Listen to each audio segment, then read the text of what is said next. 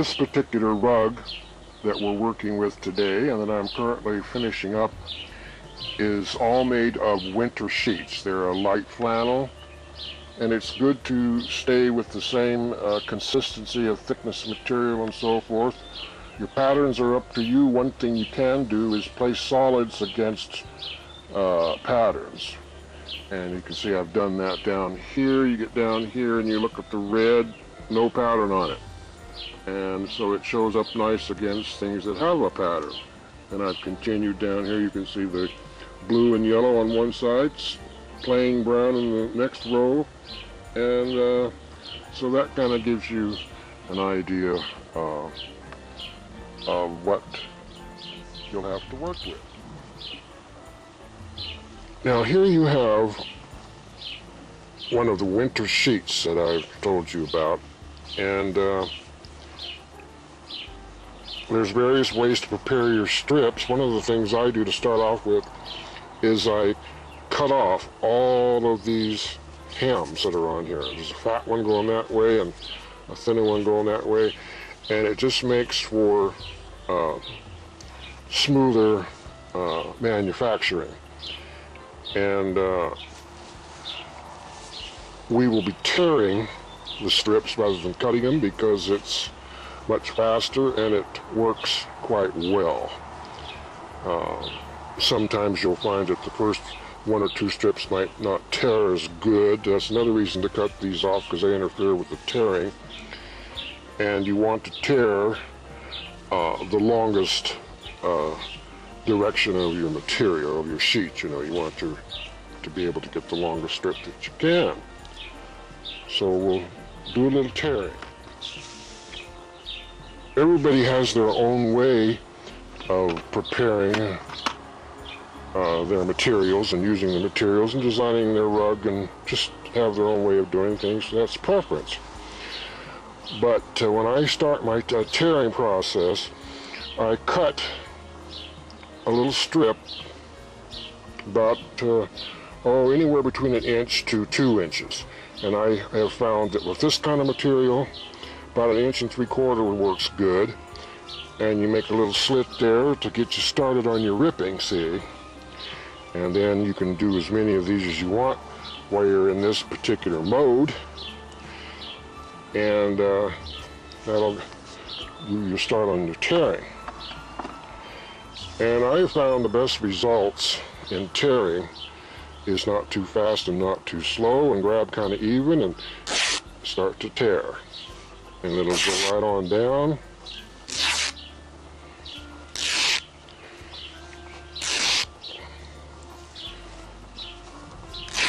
And of course you want to be tearing on the long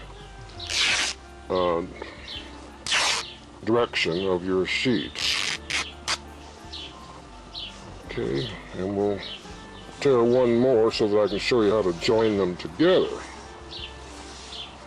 Okay, back up here at the top, grab our pieces and just give them a little pull, and just kind of an average, not too slow, not too fast. Okay, now you need to put your strips together, and as I said, everybody has their own way of doing it. You can actually just tie them together if you wanted to and trim it, but a nicer, cleaner way to do it is to use this method, which I learned from somebody else on YouTube. But you take your first strip, and get it up here in the camera so I can see better, fold it over, and some people cut that way straight on, but I like to give it a little bit of an angle, and cut just about 1/8 of an inch. You don't need much, and you end up with this little hole there. It kind of has a little flap. It's kind of like almost like a triangle. And then you take your other piece, and sometimes you got to clean up the ends a little bit if you want to. And then I like to take it and kind of fold it so I've got kind of a little point of the material, and then you take it in here and put your finger on the bottom so you know where you're at on this one. Bring your other one up here and just push it right through and give it a little pull, about 2 or 3 inches. And then you're going to want to make another hole in the one you just pulled through. Okay, and a little slit there, and assure yourself that it's the right size by putting your finger there, and grab the end of that piece you just pulled through and cut one end of, and do your little roll-up thing there where you have a little piece, and pull it through.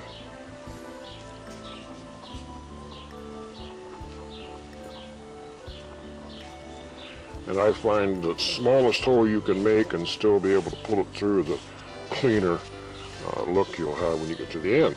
And you can see as you pull through here, they start to join up, and you help it a little bit, and pull one end down and turn it over and give a little pull on its own, and it don't have to be too perfect, but there you end up. You see, you have your knot there all ready to go. So now the next step, of course, is starting the rug,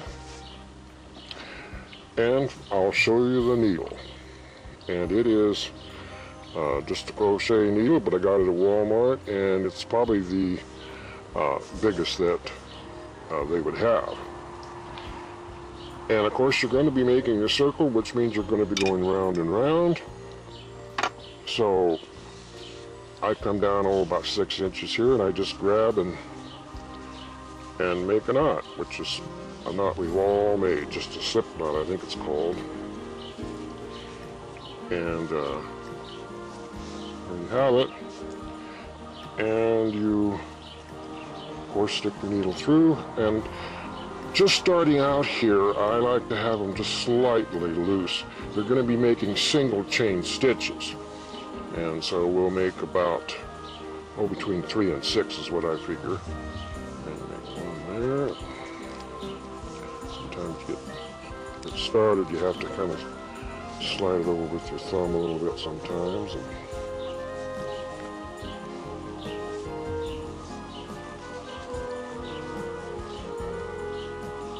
2,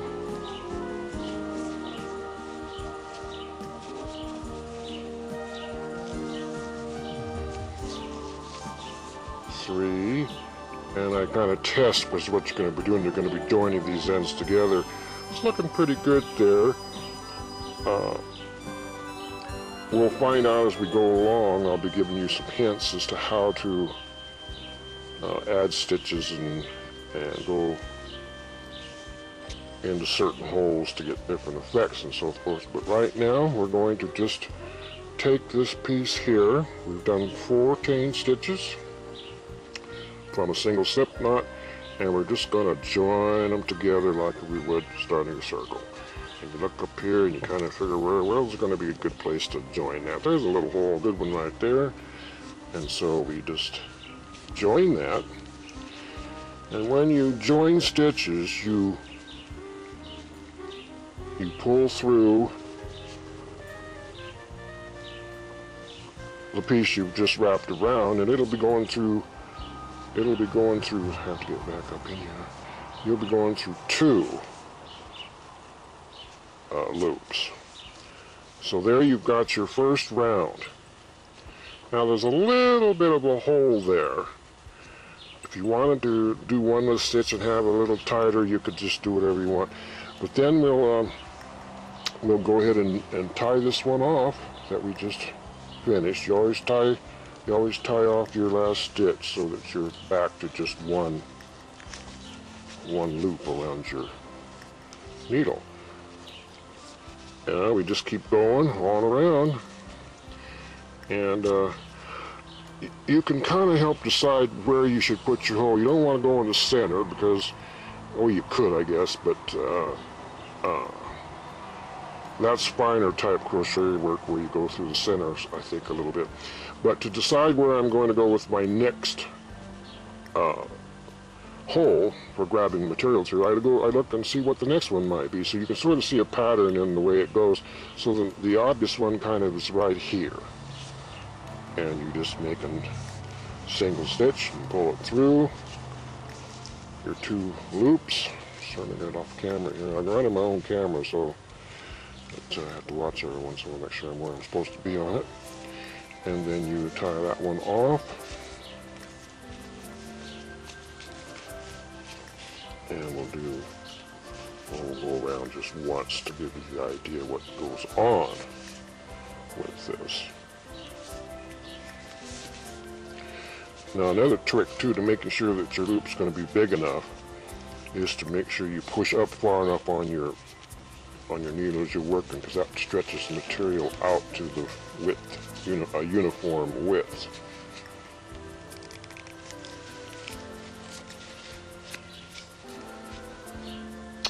So there you started your circle. Looks pretty good actually. And you just keep going around and round and round. And what will happen after time, the rug will start to curl up on you because it needs what I call a stitch plus one.